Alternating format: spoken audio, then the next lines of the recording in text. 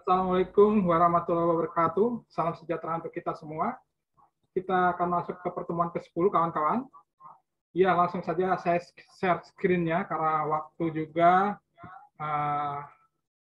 dibatasi. Ya, iya, saya akan masukkan semuanya. Leni Barina Week. Oke, selamat bergabung Leni. Ya, kita akan masuk dalam studi kelayakan bisnis pertemuan ke-10. Saya sudah memberikan password kepada Anda 1, 2, 3, 4 tentang analisis aspek produksi dan penerapan ilmu studi kelayakan bisnis, ya, di mana kita tahu bahwa nanti Anda sebagai manajer juga mengerti tentang produktivitas dan operasional perusahaan, khususnya dalam ilmu studi kelayakan bisnis, di mana kita akan lihat apa definisi produksi adalah sesuatu yang dihasilkan oleh suatu perusahaan, baik berbentuk barang, goods, ataupun jasa, service, dalam suatu periode waktu selanjutnya, di mana ini merupakan suatu nilai tambah dalam perusahaan. Artinya jika perusahaan manufaktur industri sudah jelas terlihat produk yang dihasilkan dalam bentuk barang, tetapi kalau dalam bentuk jasa tentu tidak terlihat, ya. Artinya disebut bersifat intangible, sedangkan kalau yang terlihat disebut tangible asset, ya.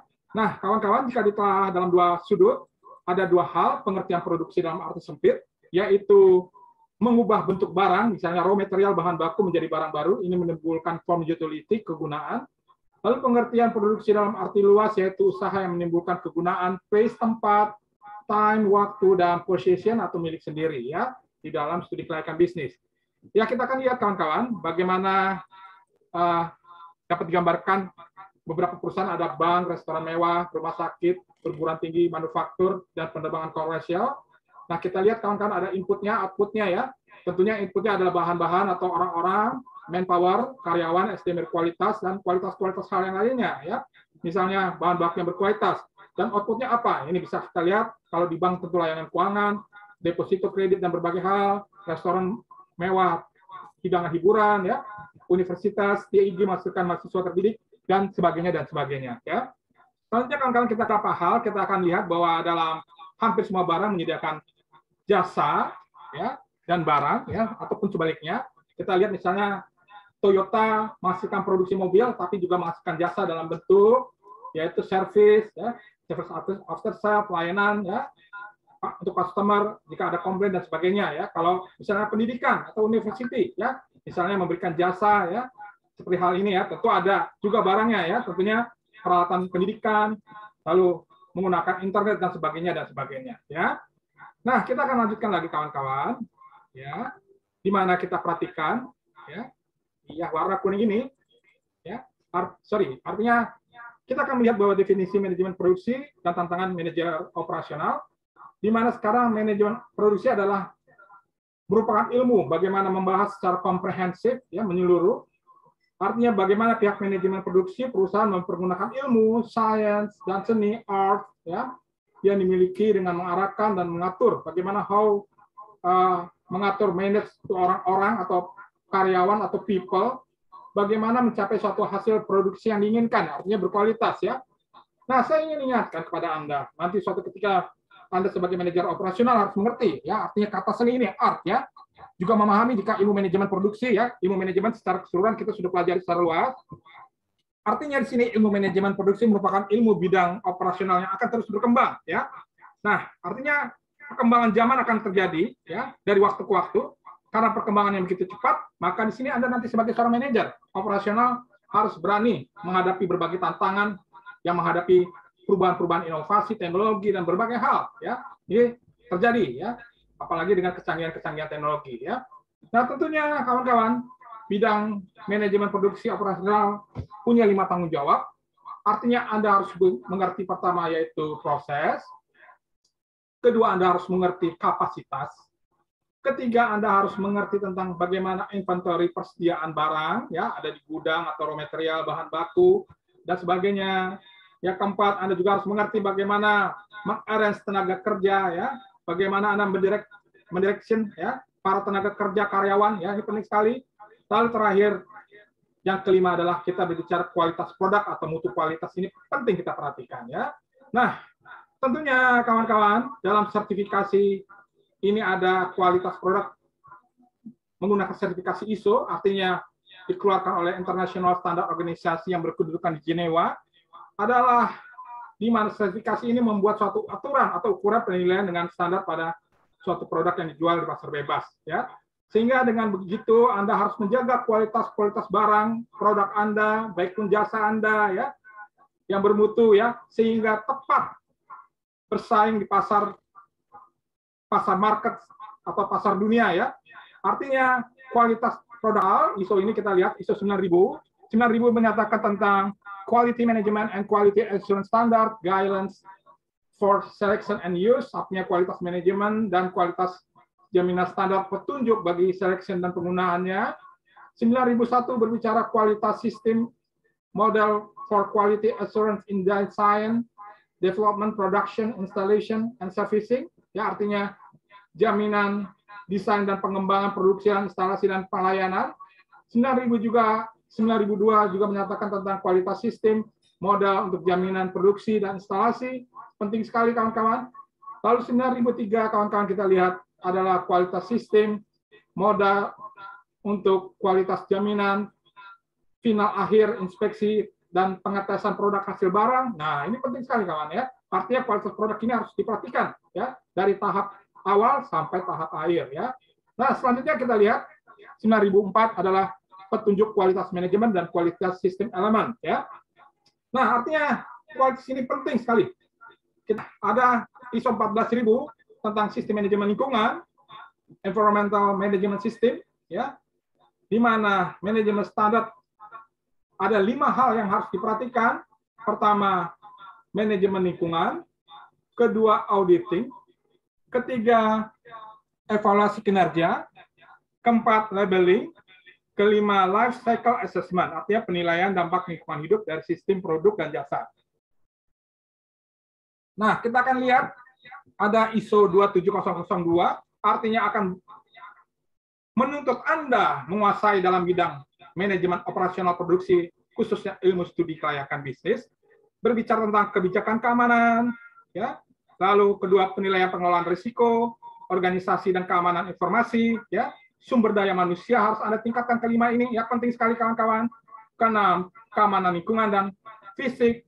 7, manajemen operasi dan komunikasi, kontrol akses, pemeliharaan, ya, pengembangan akuisisi, sistem informasi, ya, manajemen sistem insiden keamanan sistem informasi, ya. Ke-12 adalah terakhir manajemen keberlangsungan kerja dan kesesuaian antara aturan dan standar hukum teknologi informasi, ya. Nanti dibaca lagi kawan-kawan. Nah, artinya mutu konsep SNI Standar Nasional Indonesia ini melibatkan beberapa hal. Bisa kita lihat kawan-kawan. Pertama, kepemimpinan manajemen dalam mutu perusahaan. Ini penting, pimpinan sebagai the leaders, ya. Artinya kebijakan mutu yang konsisten tertulis dalam fakta integrity, disahkan, didokumenkan. Anda harus mengerti, paham, ya. Juga seluruh karyawan harus dibentuk visi misi budaya organisasi, ya. Dan perlu disediakan dana untuk pelaksanaan dan pengawasan secara rutin, ya. Kedua, dukungan terhadap proses produksi penting sekali, ya. Bisa kita lihat pentingnya pembelian bahan baku, bahan penolong, pengawasan, pemeriksaan peralatan produksi, ya, harus tepat, pengawasan penyimpanan, pemukusan, packaging, ya, dan berbagai hal.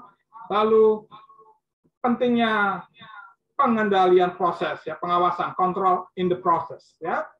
Ketiga, kita lihat dokumentasi, audit mutu dan tindakan koreksi dan pencegahan. Ini penting sekali, ya, sehingga kita harus mengambilkan tindak koreksi terhadap kesalahan, apa yang harus diperbaiki, dan mengantisipasi tindakan pencegahan-pencegahan yang merugikan perusahaan, ya. Ini penting kawan-kawan, ya.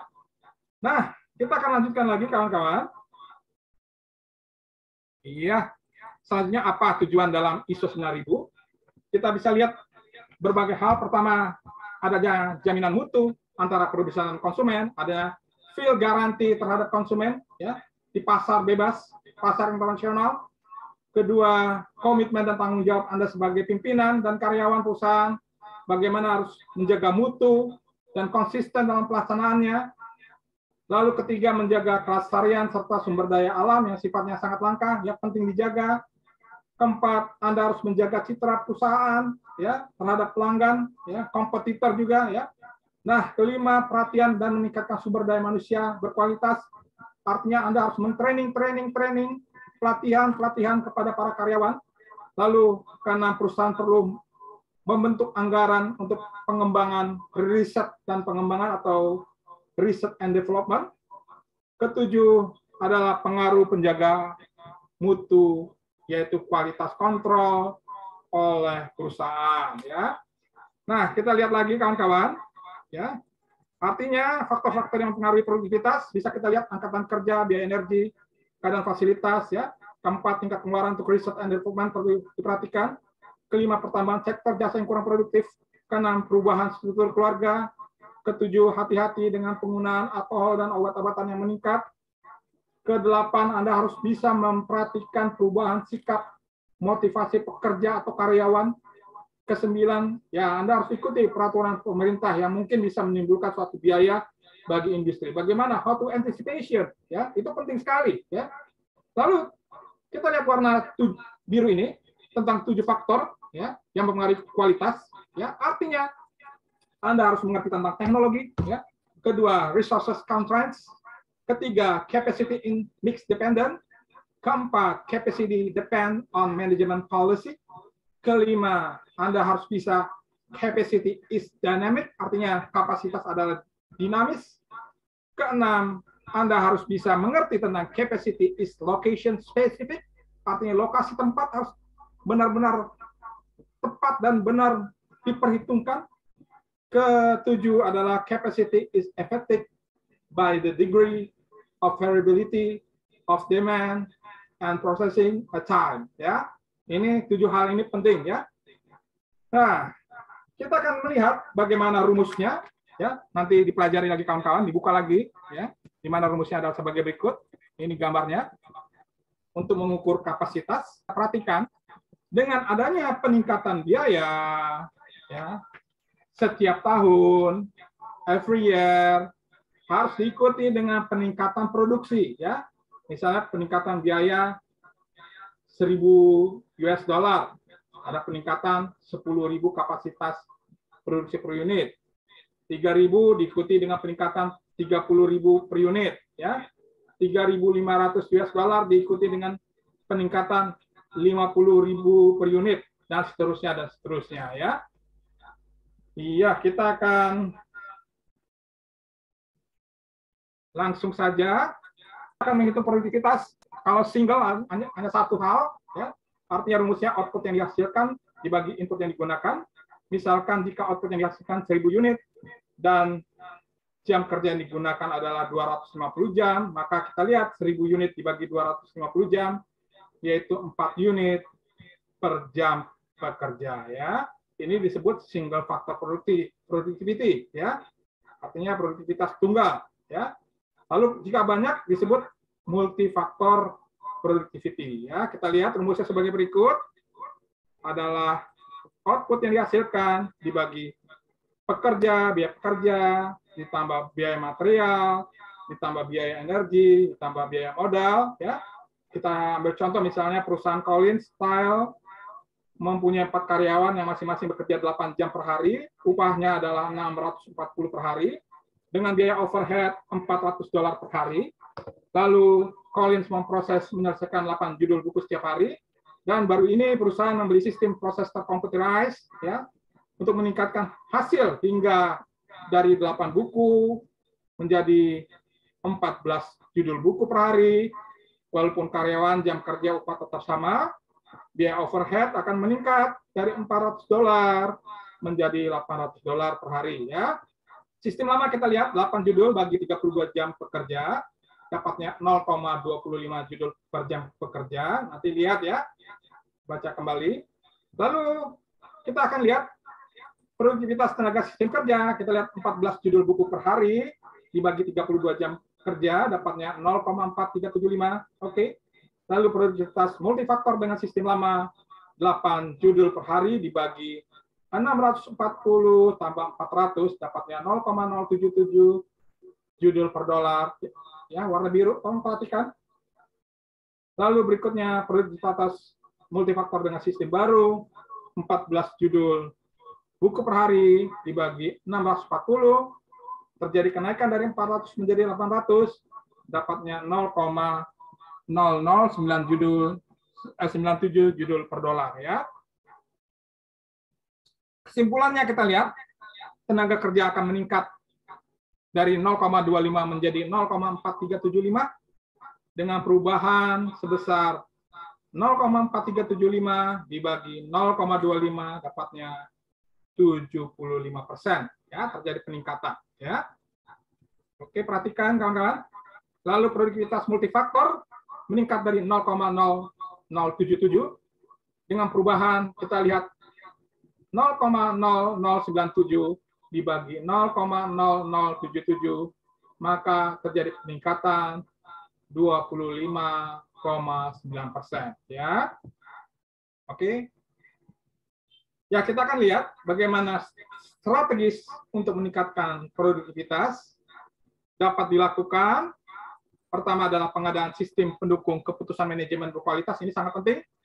Lalu pembangunan gudang sentral penyimpanan dan pengambilan secara otomatis dan terkomputerized, ya. Artinya gudang tidak bisa lagi atau warehouse tidak bisa lagi dengan secara manual, pencatatan harus terintegrasi dengan computerized, ya. Berikutnya C, pengaturan akhir kerja guna mengurangi jumlah kerja pada masa sibuk, ya. Penting perhatikan. Lalu pengadaan fasilitas komputer di lokasi kerja, ya artinya di zaman yang semakin inovasi teknologi berkembang pada saat ini, artinya penggunaan fasilitas komputer atau kecanggihan teknologi untuk manajemen sangat dibutuhkan, baik di lokasi kerja maupun untuk sistem organisasi perusahaan. Ya. Lalu berikutnya E, kita lihat pelatihan, peningkatan kualitas, baik level karyawan dan level manajer. Tadi saya sudah katakan bahwa karyawan, manajer perlu ya diadakan training ya setiap 6 bulan ya sehingga peningkatan kualitas pekerjaan para karyawan ya bisa ditingkatkan ya, semangat motivasinya ya perlu ya, ini disebut evaluasi kinerjanya ya, sehingga ini perlu Anda sebagai pimpinan memupuk ya semangat para karyawan dan memberikan guidance, petunjuk, arahan ya, strategi-strategi yang harus dijalankan, ya tentunya Anda sebagai pemimpin leadership harus memberikan pengarahan yang lebih baik ya. Ini penting sekali ya. Lalu berikutnya F, kita lihat program intensif didasarkan pada produktivitas jangka panjang ya. Artinya Anda harus memberikan insentif ya. Artinya bagi karyawan yang memberikan semangat kerja dengan kualitas yang baik ya, komitmen kepada organisasi perusahaan ya, semangat kerja lembur ya dengan sesuai target-target perusahaan, tentu Anda harus memberikan insentif ya sehingga semangat kerja para karyawan dapat dibina sehingga menimbulkan rasa sense of belong atau rasa memiliki karyawan tersebut terhadap organisasi perusahaan bisnis Anda ya.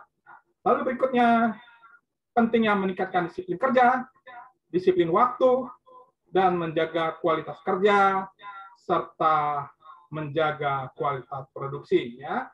Ini menjadi pertanyaan ya.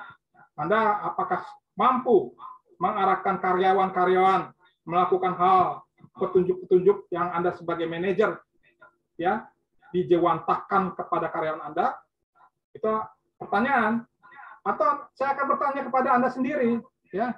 Apakah Anda sudah melakukan hal-hal tersebut yang saya katakan meningkatkan disiplin kerja, disiplin waktu, menjaga kualitas kerja dan kualitas produksi, yaitu Anda sebagai pimpinan ya. Tentunya sebagai pimpinan Anda harus memberikan suatu petunjuk ya yang baik kepada para karyawan-karyawan Anda di organisasi perusahaan bisnis ya.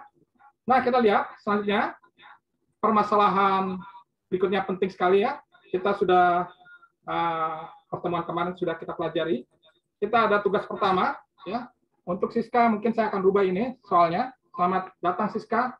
Kebetulan teman kita ini mengulang perbaikan, ya, di mana Bapak Haji Suparman Susanto, pemilik presidir PT Gema Indah Sejahtera, meminjam modal sebesar 150 juta di Bank Bima Jakarta Pusat dengan bunga 13% untuk 15 bulan. Ya. Contohnya ada ya minggu lalu, dalam waktu 15 bulan, pinjaman tersebut harus dilunasi dalam 15 bulan. Diharapkan segera hitunglah pembayaran tersebut dengan perincian tabel yang harus dibayar oleh Bapak Haji Suparman Susanto ya. Tugas dikumpulkan bersama ujian akhir semester ya. Ujian akhir semester ingat ya. Kembali saya ingatkan, tugas ini harus ditulis tangan di atas kertas folio yang bersih. Dan saya ingatkan kembali, tidak menerima dalam bentuk foto. Ya, artinya saya ingin lihat tulisan Anda di kertas folio. Ya, sekali lagi dengan kertas folio ya, bukan kertas putih A4. Dan di-scan dengan baik dalam bentuk PDF. Ya, sehingga saya sebagai dosen bisa melihat kesungguhan Anda dalam tugas yang dikerjakan kepada Anda. Ya. Selanjutnya kerjakan, silakan berdiskusi dengan kawan-kawan Anda. Ya, artinya mengajak Anda berdiskusi ini bukan artinya dapat nilainya sekian, ya, tapi how to process, bagaimana proses perhitungannya, ya, sehingga Anda mengerti, oh ini, dan sekian, ya, sehingga jalan alur cerita perhitungan ini Anda mengerti, ya. Saya harapkan jangan menunda waktu, ya, sehingga tugas tidak bertumpuk. Demikian kawan-kawan. Dan saya ucapkan salam sukses untuk Anda. Ya. Oke, kita sudah sampai 30 menit. Mohon kawan-kawan open kamera. Ya, open kamera, tolong open kamera. Ya, saya ingin tahu komitmen Anda. Iya, hari ini saya lihat ada kawan kita, Leni Marina Bui. Ya, oke. Akmal Rizky. Ya. Terima kasih Mbak Akmal, selalu rajin ya. Teman kita Nova Fatul Rahman juga rajin sekali. Ya, Muhammad Rafli, terima kasih. Ya, oke Siska, ya tetap semangat ya. Usahakan A ya, dan pilih saya sebagai dosen pembimbing Anda. Lalu Kairunisa, ya terima kasih selalu hadir. Aden Rizal Sumiji, Aden Rizal ya, takut salah ngomong saya. Lalu Nanda Kolifa dan Sofiana. Lalu berikutnya Risma Mulyawati dan teman kita terakhir Gunawan ya. Jadi hanya 11 orang ya. Oke, demikian pertemuan kita kawan-kawan. Ya, mudah-mudahan YouTube ini bisa sebagai bahan kita sumbangsi kita kepada sekolah STIGI agar tetap berjaya dan berkualitas. Kita tunjukkan bahwa STIGI dalam kualitas online ini kita lebih maju, lebih luar biasa dan bisa bersaing dengan universitas-universitas lainnya ya, sehingga kita bisa memberikan contoh ya dalam YouTube ini bahwa ini loh online STIGI kita ya. Akhir kata saya ucapkan terima kasih, tetap semangat, sampai jumpa teman-teman minggu depan, dan akhir kata saya ucapkan assalamualaikum warahmatullahi wabarakatuh. Salam sukses STIGI dan salam sukses di Indonesia. Terima kasih kawan-kawan. Sampai jumpa minggu depan. Sampai jumpa minggu depan. Terima kasih Bapak. Oke, terima kasih kawan-kawan. Terima kasih. Oke, terima kasih ya. Sampai minggu depan. Salam sukses semuanya.